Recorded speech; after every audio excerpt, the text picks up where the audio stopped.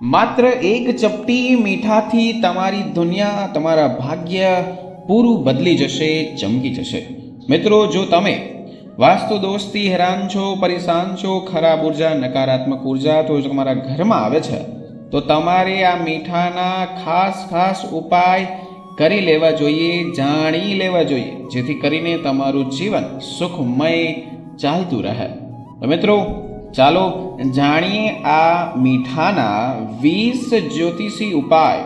મિત્રો, તે જાણીતે પહેલા વિડીયો ગમે તો વિડીયોને લાઈક, ચેનલ સબસ્ક્રાઈબ અને કમેન્ટ સેક્શનમાં જય માં લક્ષ્મી જરૂર લખજો, જેથી કરીને માતા લક્ષ્મીના આશીર્વાદ તમારા પરિવાર પર બન્યા રહે. મિત્રો, પહેલા ઉપાયની હું તમને વાત કરું તો તમારે ધ્યાનમાં રાખવાનું છે, જ્યારે રસોઈ બનાવો છો, જ્યારે રસોઈ બનાવતી વખતે ભોજન તમે ચાખશો, મિત્રો, ત્યારે ખોરાકની શુદ્ધતાનો નાશ થાય છે અને ઘરમાં ગરીબી આવે છે.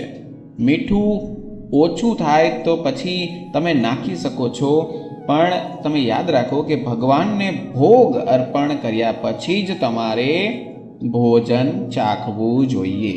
તેનાથી ઘરમાં સુખ સમૃદ્ધિ જળવાઈ રહે છે. બીજું તમને જણાવું તો આપણે જ્યોતિષ શાસ્ત્ર અનુસાર જોઈએ તો મીઠું હોય છે તે ચંદ્ર અને શુક્રનું એકદમ પ્રતિનિધિત્વ માનવામાં આવે છે.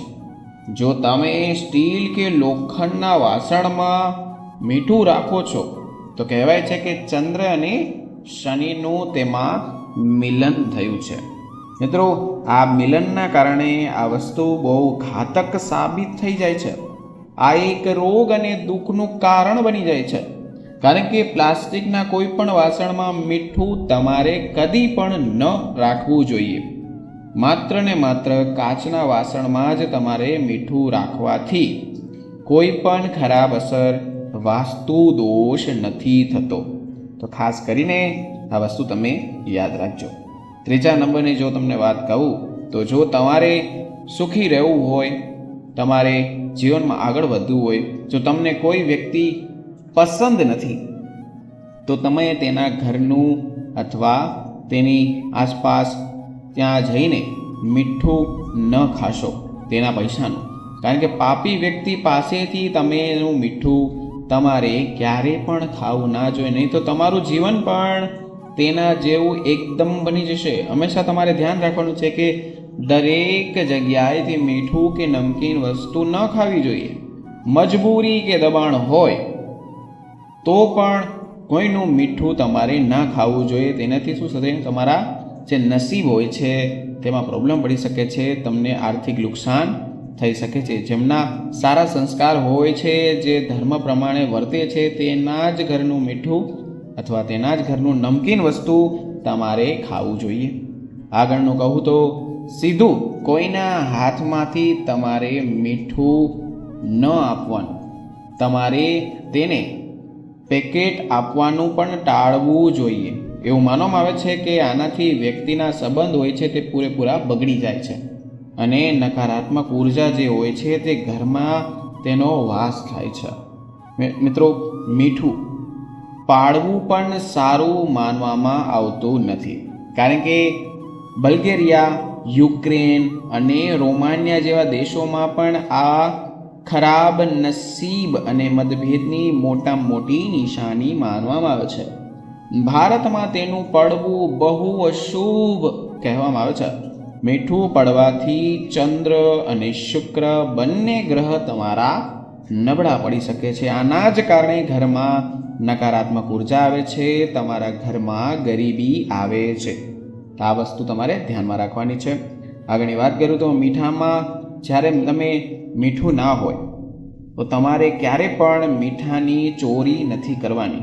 જોકે મીઠું ખૂબ જ સસ્તી વસ્તુ છે, પરંતુ તમારે તેની ચોરી કરવી બહુ મોંઘી પડી શકે છે.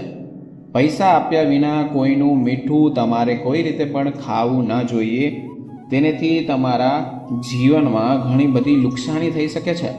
મીઠું હંમેશા ખરીદીને રાખવું જોઈએ અથવા તમારે ખરીદી લેવું જોઈએ.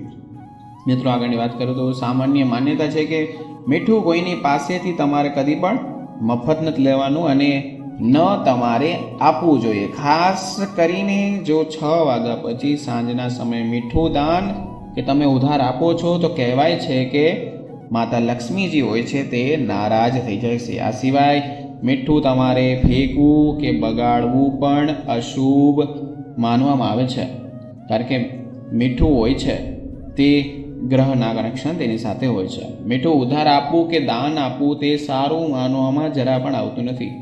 એટલે તો પિતૃપક્ષ જેવા પ્રસંગોમાં બ્રાહ્મણને તમારે જ્યારે તેને જમવા રાખો છો અથવા જમવા બોલાવો છો ત્યારે પણ તમારે સીધું મીઠું નથી આપવાનું.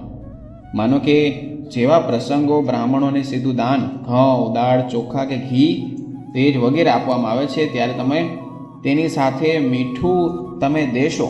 કોઈ પણ બ્રાહ્મણને તમે જમવા બોલાવો છો અથવા દાનમાં કોઈ વસ્તુ દો છો તો તેની જોડે તમે મીઠું આપો છો તો તે દાન પૂર્ણ કહેવાય છે, તે દાન ફળે છે. મિત્રો આગળનું કહું તો જો ધનનો પ્રવાહ જાળવવા માટે તમારે શું કરવાનું છે કે તમારે એક કાચનો ગ્લાસ લેવાનો છે, તેમાં પાણી અને મીઠું મિક્સ કરવાનું છે. તેને ઘરના જે નેતૃત્વ ખૂણામાં રાખવાનો છે, તેની પાછળ તમારે જે લાલ બલ્બ આવે છે તે રાખવાનું છે અને જ્યાં સુધી પાણી સુકાઈ જાય ત્યાં સુધી તે ગ્લાસને ફરીથી સાફ કરીને ફરીથી મીઠું ઉમેરી રાખવાનું છે. તેનાથી તમારા ઘરમાં ધનનો પ્રવાહ વધી શકે છે. મિત્રો આગળના ઉપાયની વાત કરું છું. ધન અને આશીર્વાદ મેળવવા માટે તમારે હજી એક ઉપાય કહું છું, ધ્યાનથી સાંભળો. કાચના વાસણમાં મીઠું રાખવાનું છે અને તેમાં તમારે 5 થી 6 લવિંગ પૂરા નાખી દેવાના છે. તેનાથી તમને ઘરમાં ધન આવવા લાગશે અને ઘરમાં હંમેશા આશીર્વાદ રહેશે. એક તરફ જોઈએ તો મીઠું તેની સુગંધ પણ જાળવી રાખશે, તો બીજી તરફ આ ઉપાયથી પૈસાની ઘરમાં કદી પણ કમી નહીં આવે. આગળનું કહું તો ધ્યાનથી સાંભળો. હજી સુધી વિડીયો લાઇક ના કર્યો તો વિડીયો લાઇક, ચેનલ સબસ્ક્રાઈબ અને કમેન્ટ સેક્શનમાં જય માં લક્ષ્મી જરૂર લખજો, જેથી કરીને માતા લક્ષ્મીના આશીર્વાદ સદા તમારી ઉપર બન્યા રહે. મિત્રો આગળનું કહું તો બાથરૂમ અને જે શૌચાલયના તમારે દોષ મુક્તિ ઉપાય જોતો હોય તો શાંતિથી સાંભળો. મીઠું એક જોવું તો એક રાસાયણ જ છે જે તમામ પ્રકારની જે ગંદકી હોય છે તે ઘરની ગંદકી હોય છે દૂર કરે છે. કાચના વાસણમાં મીઠું ભરો અને આ વાસણને બાથરૂમમાં રાખો. આ ઉપાય તમારી જેટલી પણ ઘરમાં નકારાત્મક ઉર્જા છે તે તરત દૂર થઈ જશે.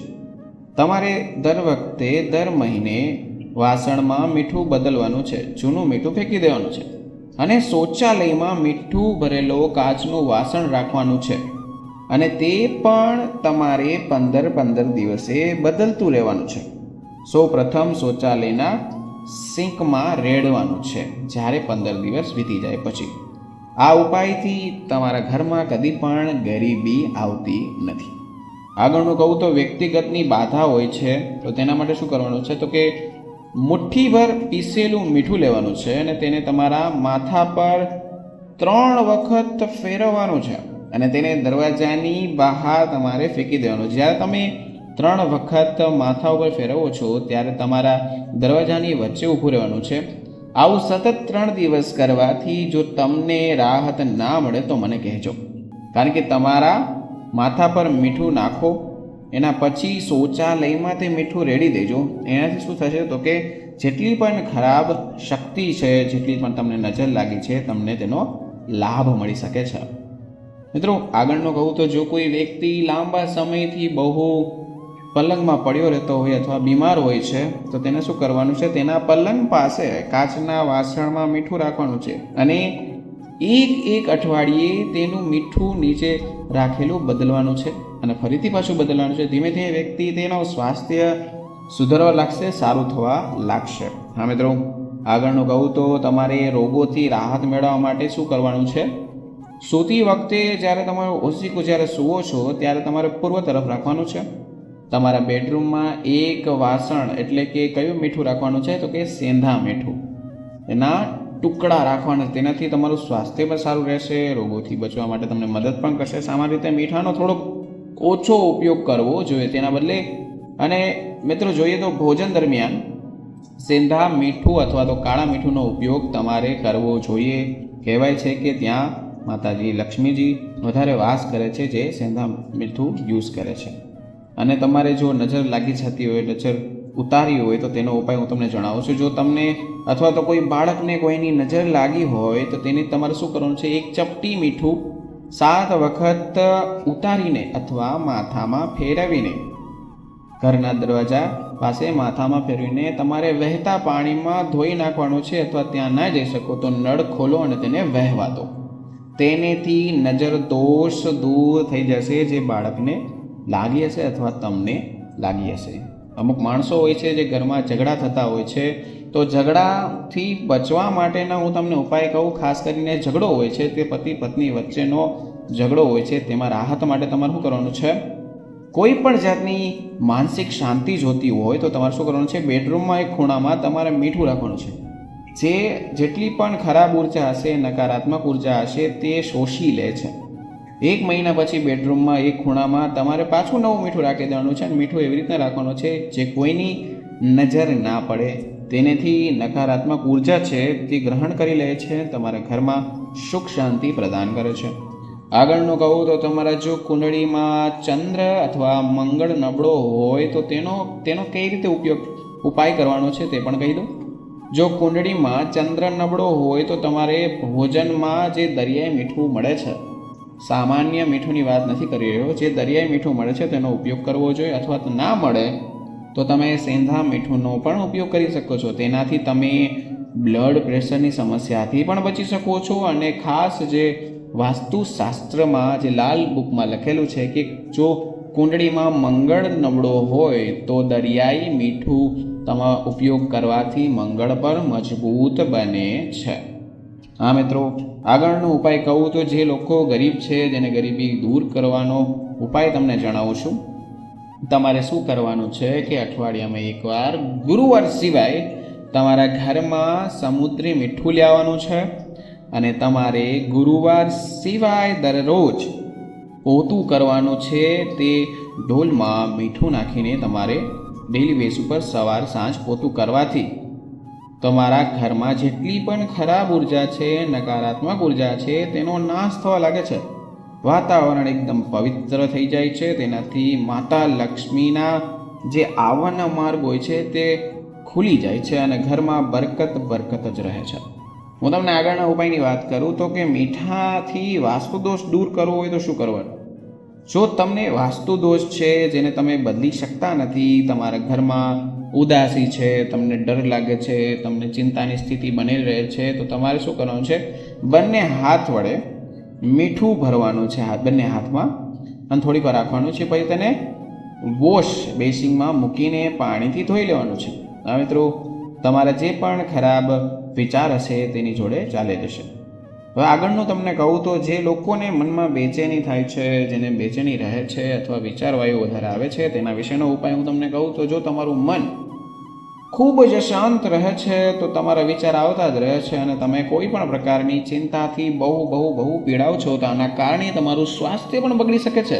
તમને રાતે નીંદર નથી આવતી તો તમારે મીઠાના પાણીથી સ્નાન કરવાથી પણ શરીરની શુદ્ધતા થાય છે અને તમારું જે મન જે ચંચળ છે તે શાંત થઈ જાય છે. આ ઉપાય કારગર છે, તમે કરી શકો છો.